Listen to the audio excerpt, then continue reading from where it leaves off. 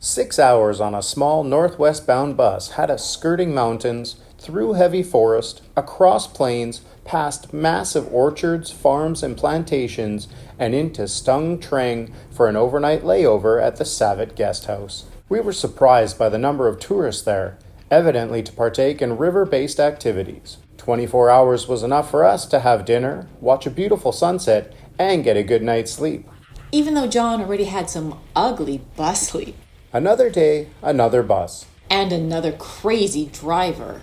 Took us north out of Cambodia. It was a great country to visit, and we're very fortunate to have spent a month experiencing it. It was immediately obvious that Laos was a different place. There were cows and goats all over the roads. They were using tractors that looked like overgrown rototillers as commuter vehicles. The tuk-tuks now had sidecars or long truck beds, and everything seemed much more rustic. In the city of Pakse, we checked into fancy digs at Champasak Grand Hotel.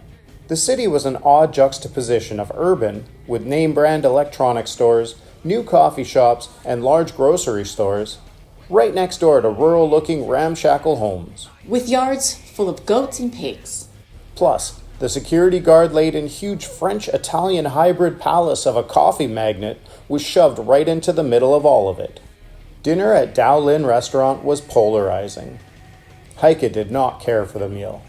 John enjoyed it, but would come to rue going there. The spicy cucumber salad had chili so hot that Heike couldn't eat much at all. There's a difference between spicy and just burny. It just burned. John thought the heat was nothing crazy. The fried sticky rice was too eggy for Heike. John really enjoyed the flavor. And the Lao sausages, obviously not shared by me, had tons of flavor and spices, some of the best John has ever eaten. Too bad they almost killed him. That night, John got sick. Very sick. Food poisoning, norovirus, something bad had John driving the porcelain bus to Ralphtown with unscheduled connections on the Brownsville Expressway for 3 days. If there was any silver lining, it was that this happened at the start of a stay in a 5-star hotel and not on a 10-hour bus trip or in a bungalow with no running water. When not acting as nursemaid to her infirmed hubby, Heike enjoyed the hotel amenities. Like the beautiful pool. Found a new favorite bubble tea/ice cream chain. Vientiane. And managed to do some exploring of the beautiful adjacent river on our own.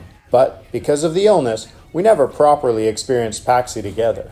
We flew to Vientiane, Laos's capital city, opting for 1 hour of air travel over a 15-hour bus ride.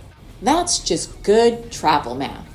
Our 2-bedroom apartment had a great central location and was near the top of one of the tallest buildings in the country, giving us amazing views of all the major landmarks. The only real issue was the stink emanating from the bathroom. This city and country have notoriously bad plumbing.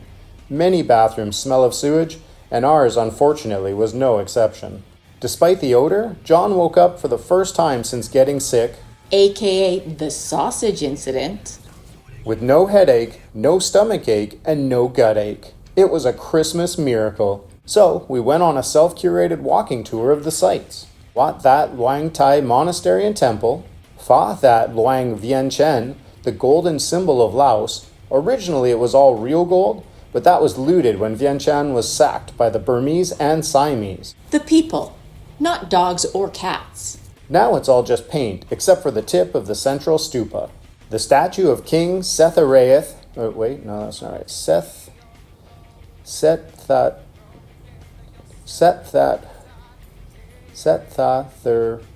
Sethatharath. You should leave that in.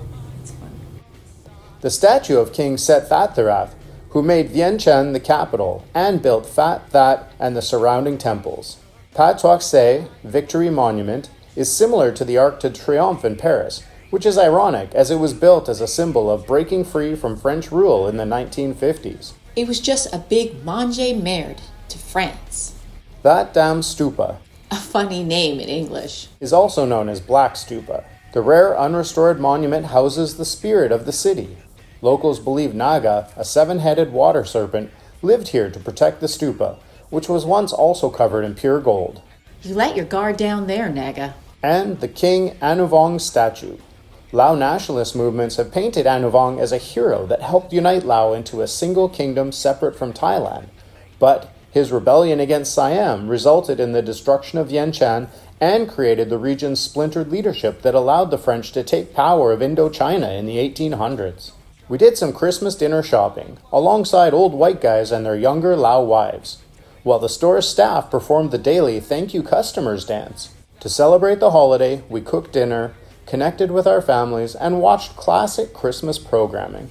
That night, Heike got a Christmas visit from the ghost of illness past. She got sick. So sick.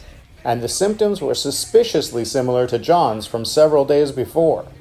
Thankfully, it was less enduring than his illness, as she was only laid up for 24 hours. That night did not Jingle Bell rock. You know